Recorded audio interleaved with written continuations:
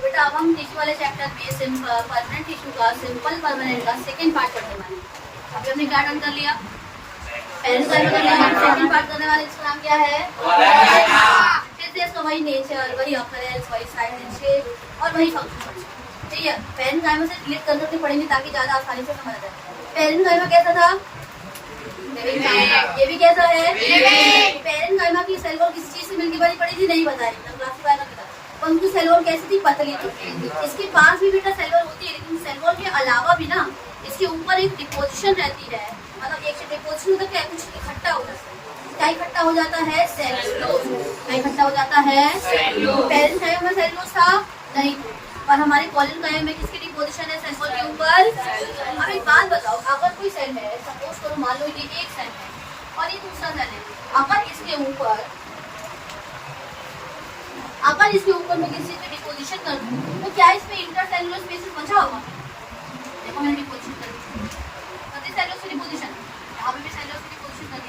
अब मुझे जरा बेटा एक बात बताओ, क्या यहाँ पे आप इंटरसेलुलर स्पेसेस बचा होगा, नहीं बचा होगा ना, होता भी हो तो बहुत ही कम होता है। इसलिए कहते हैं कि जनरली क्या होता है, ज्यादातर कैसा रहता है, एब्सेंट रहता। इसमें इंटरसेलुलर स्पेसेस था, उसकी सेल वॉल कैसी थी, पेरेंकाइमा की सेल वॉल कैसी थी बेटा, पतली थी। और ये सेल वॉल कैसी है, इसकी सेल वॉल पतली ही होती है, लेकिन उसके ऊपर डिपोजिशन हो जाती है, मतलब इकट्ठा हो जाता है। क्या इकट्ठा हो जाता है उसके ऊपर, सेलुलोज।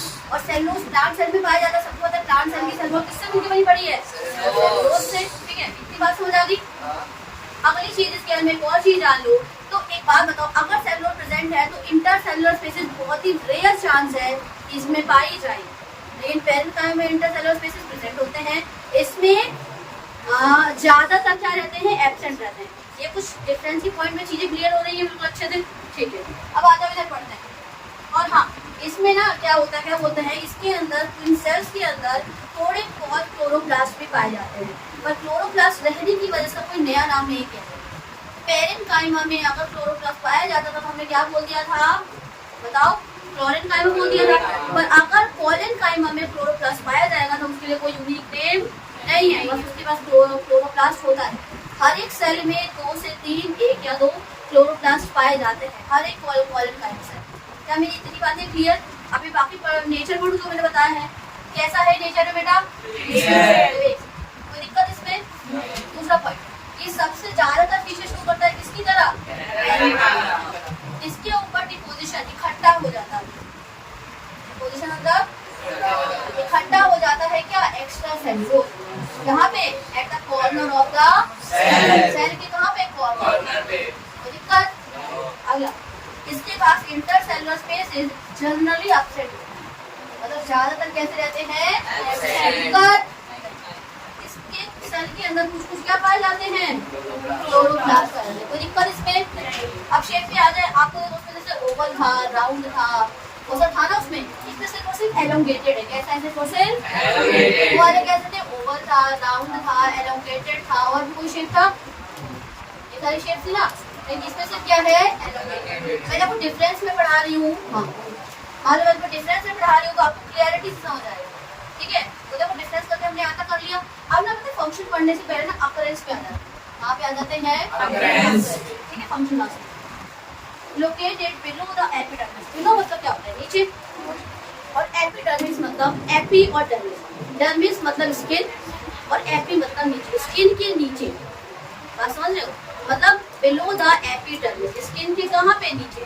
जो आपको ये ऊपर वाली स्किन होती है, तो प्लांट में ऊपर वाली स्किन, लीफ दिखता है आपको, तो लीफ का जो हरा कलर का वो तरीके से स्किन का ही तो काम कर रही है। उसके स्टेम की जो ऊपर की अपीयरेंस वो क्या है, उसके एपिडर्मिस है उसकी। अगर आप उसको ब्लेड से काटो तो एक पतला सा व्हाइटिश सा निकलेगा। कभी ना ब्लेड से ना स्टेम का छील के देखिए, पतले से तने कैसा निकलता है, सफेद सफेद सा निकलता है, तो वो एपिडर्मिस है। क्या है वो, एपिडर्मिस के नीचे। इतनी बातें समझ आ गई। तो located below the epidermis of dicotyledon. What is dicotyledon. अब ना 2 तरीके की कोटिलेडन सीड को बोला गया, इसको बोला गया बेटा, जब मैं डायकोट बोलूं तो प्लांट की बात करूंगी, कोटिलेडन बोलूं तो मैं सीड की बात करूंगी। जब मैंने कोटिलेडन बोला है तो मैं सीड की बात करूंगी, इसकी बात कर रही हूँ। और जब मैं कोट बोलूंगी तो किसकी बात करूंगी, प्लांट की बात करूंगी, प्लांट। अब समझो, कोटिलेडन, आपने वो चने देखे, राउंड वाले चने सब ख्याल मंद होंगे, उसको अगर ऐसे बीच से तोड़ दो तो उसमें टूट जाता है। और ये कुछ ऐसी दालें आती हैं जिसको बीच से तोड़ने पे नहीं टूटता, जैसे वो येलो वाली होती है, देखा है, सिर्फ ऐसी होती है उसको बीच से तोड़ने पे वो टूटता है, वो नहीं टूटता। तो जो दो टुकड़ों में टूट जाए वो है डाइकोटिलेडन, और जो एक सिंगल रहे वो ना टूटे उसे क्या बोल देते हैं, मोनोकोटिलेडन। मोनो मतलब एक, डाई मतलब दो, मतलब जिनके टुकड़े करने पे दो सीड हो जाए उसे बोलते हैं डाइकोटिलेडन, और जिसके ना हो उसे हम क्या बोल देते हैं, राजमा कैसा है, मोनो है, क्योंकि बीच से टूटेगा नहीं, क्योंकि उसका कुछ होता ही नहीं। आप चने को तोड़ के देखो बीच से टूट जाता है बड़े आराम से। और भी कोई एग्जांपल दालों में मिलता है, ऐसा नहीं, हरी वाली दाल होती है वो भी मोनो है क्योंकि बीच से नहीं टूटेगी। समझ गए, मोनोकोटिलेडन और डाइकोटिलेडन में क्या कहना चाह रही हूँ, डाई मतलब दो और उसमें दो सीट में वो टूट जाएगा एकदम बराबर हिस्से में, लेकिन मोनो वाले में उसको क्या होता है, वो सिंगल होता है, उसमें कोई ये नहीं होता कि उसको दो हिस्सों में तोड़ा जाता है। तो अब क्या बोला गया है, लोकेटेड बिलो द एपिडर्मिस के नीचे में, वो भी कौन से प्लांट के, डाइकोटिलेडन, ऐसे प्लांट जिसमें कितने सीड होने चाहिए, दो, ऐसे प्लांट के स्टेम में और पीटियोल में पाया जाएगा। मतलब समझो कोई ऐसा प्लांट रहेगा जिसके सीड कैसे है, डाइकोटिलेडन, उसके स्टेम में पाया जाएगा और पीटियोल में, वो भी कहाँ पे, स्टेम के एपिडर्मिस के नीचे, और पीटियोल जो डंडी सी रहती है उसके स्किन के नीचे, बिलो मतलब नीचे, स्टेम है उसके नीचे तो कवरिंग है एपिडर्मिस वाली, और पीटियोल जो डंडी है उसकी भी कवरिंग की, डंडी वाली पीटियोल।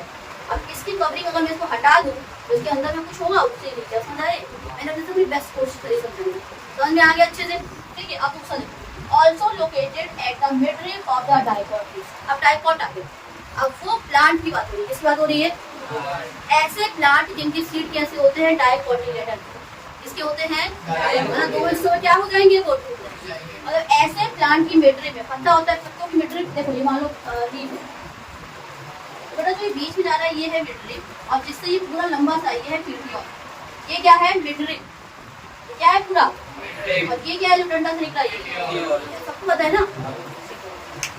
तो जो मिडरिम है इसी में क्या पाया जाएगा, पोलन पाया, वो भी कौन से प्लांट के, डाइकोट, इसके, और लीफ को डाइकोट क्यों बोला, क्योंकि लीफ ना दो हिस्सों में टूट जाएगा, ऐसे कुछ लीफ होते हैं वो इक्वल हो जाता है, कुछ लीफ की मिडरिम क्या होती है, मिड में ना अपनी साइड में रहती है, जिनकी स्प्लिट कर जाएगी तो में डाइकोट हो जाएगा, जो नहीं करेगी वो तो करेगी। ये वाली बातें क्लियर, पूरे प्लांट की बात करेंगे, जब मैं डाइकोट की बात करूँ, कोटिलेडन बोलूंगी तो सीड की बात करूँगी।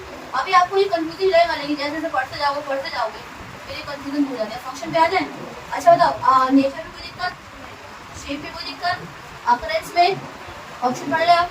फंक्शन देखो, पहला फंक्शन है कि एक मैकेनिकल टिश्यू की तरह काम करता है यंग कोटिलेडन, जब सीड यंग रहेगा, जब सीड कैसा रहेगा, और कैसा होना चाहिए, डाइकोटिलेडन दो हिस्सों में टूट जाना चाहिए, तो उसमें किसका काम करेगा, मैकेनिकल, मतलब एक तरीके से ये गेट हमारे मैकेनिकली जो है रोक रहा है किसी चीज को अंदर आने के लिए, तो मैकेनिकल का मतलब होता है किसी की भी एंट्री को क्या कर देना, प्रिवेंट कर देना, बात समझा रही है।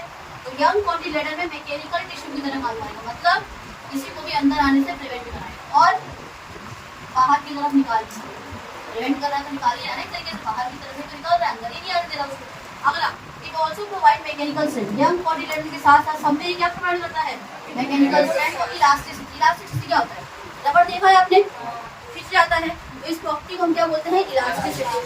क्या बोल देते हैं, इलास्टिसिटी। ज्यादा भी नहीं खींचने देता और कम भी नहीं कि मतलब उसको बिल्कुल खींच नहीं पा रहे, तो ये इलास्टिसिटी और देखा है आपने, बड़े आराम से मुड़ जाता है, थोड़ा सा खींचोगे तो वो हल्का सा खींचता भी है। ऐसा होता है कि अच्छा पार को भी ना छाल को खींचे तो टूट जाता है, खींचता नहीं, लेकिन पीटीओल कभी टूटता नहीं है, आसानी से तो नहीं टूटेगा। अब हाँ आपको ठान लिया कि भाई इसको तोड़ना ही तोड़ना है तो फिर तो टूट ही जाएगा, उसका खत्म टाटा बाय बाय होता है। अगला देखो, ये दोनों समझ आ गया।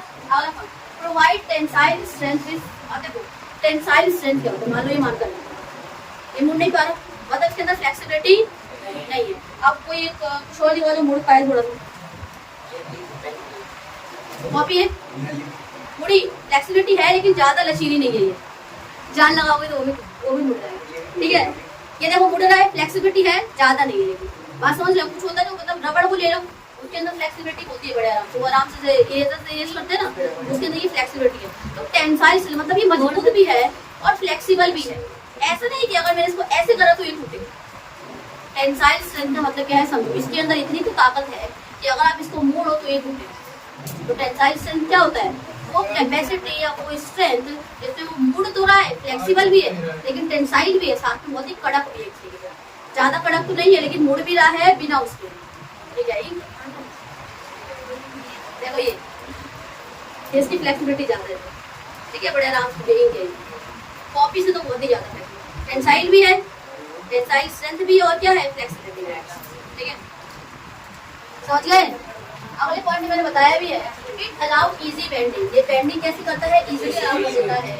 किसकी, जैसे कि जैसे लीफ के अंदर देखा है आपने, लीफ को ऐसे मोड़ लो, हवा में किसी भी डायरेक्शन में फ्लो कर जाता है, क्या वो टूटता है, नहीं टूटता। लीफ को ले लो, स्टेम को ले लो, कुछ प्लांट के ना स्टेम बड़े वीक होते हैं, जैसे छोटे मोटे जो हर्ब्स होते हैं उनके जब हवा चलती है ना तो स्टेम भी ऐसे मुड़ जाते हैं। मुड़ते हैं तो मतलब क्या है उसके अंदर, टेंसाइल स्ट्रेंथ के साथ फ्लेक्सिबिलिटी भी है। तो ऐसी चीजों के अंदर क्या पाया जा रहा है, कोलन फाइबर, क्या पाया जा रहा है बेटा, चीजों को तोड़ने नहीं दे रहा और फ्लेक्सिबिलिटी भी प्रोवाइड कर रहा है। बात समझ आ गई। तो क्या लिखा है, दोबारा पढ़ो, इट अलाउड इजी बेंडिंग, तो बहुत ही आसानी से बेंड करा देता है in various part of the plant, बहुत सारे पार्ट ऑफ द प्लांट पे, जैसे कि लाइक लीफ, पत्तों में, स्टेम मतलब तनों में, विदाउट मतलब बिना ब्रेकिंग इट, मतलब बहुत सारे पार्ट ऑफ द प्लांट में it provide the bending without breaking, मतलब बिना तोड़े उसको क्या करने देता है, बेंड कर देता। और देखो जब किसी भी कोलन फाइबर सेल के अंदर क्लोरोप्लास्ट होता है तो क्या मैन्युफैक्चर करता है बेटा, सारे फंक्शन 5 से 5 क्लियर, ये पांचों इंपॉर्टेंट। जैसे हमने पहले टाइम में 6 के 6 पढ़े थे, इसमें ये 5 इंपॉर्टेंट, क्लियर।